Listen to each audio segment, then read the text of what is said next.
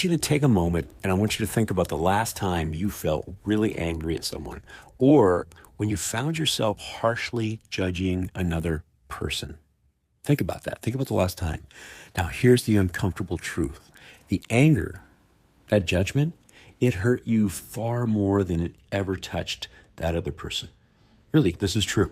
When we hold on to anger, right, when we hold it inside, our bodies flood with stress hormones. Our blood pressure rises, right? Our sleep starts to suffer. Our immune system weakens, right? And we reply with conversations in our heads over and over and over again, rehearsing what we should have said, building cases against people who've probably forgotten the whole interaction that went on.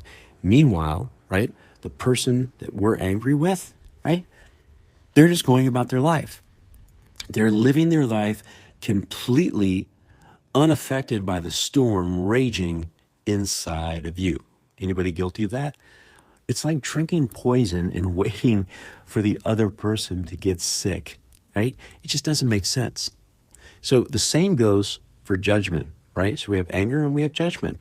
When we judge others harshly, we're not changing them. We're creating a prison in our own minds.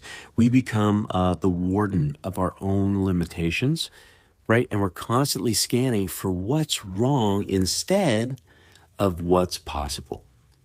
That mental energy we spend cataloging others' failures could be building our own success instead of doing that, right? So here's what I've learned working with people and also just working on myself. The moments we're most critical of others usually reflects our deepest fears about, guess what? Here it comes, ourselves. That trait that triggers us the most in others are often the very things we're afraid of inside of us, right? The person we might be. And I love this. A quote from Tony Robbins says, the quality of your life is the quality of your emotions. When we choose anger and judgment, we're choosing a lower quality of life for ourselves, right? We really, really are. But here's what I want you to remember, right? The empowering part, here it is. When we recognize this pattern, we reclaim our own power.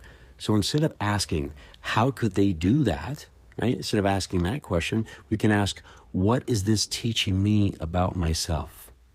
Instead of, they're so wrong, we can choose, how can I respond from my best self?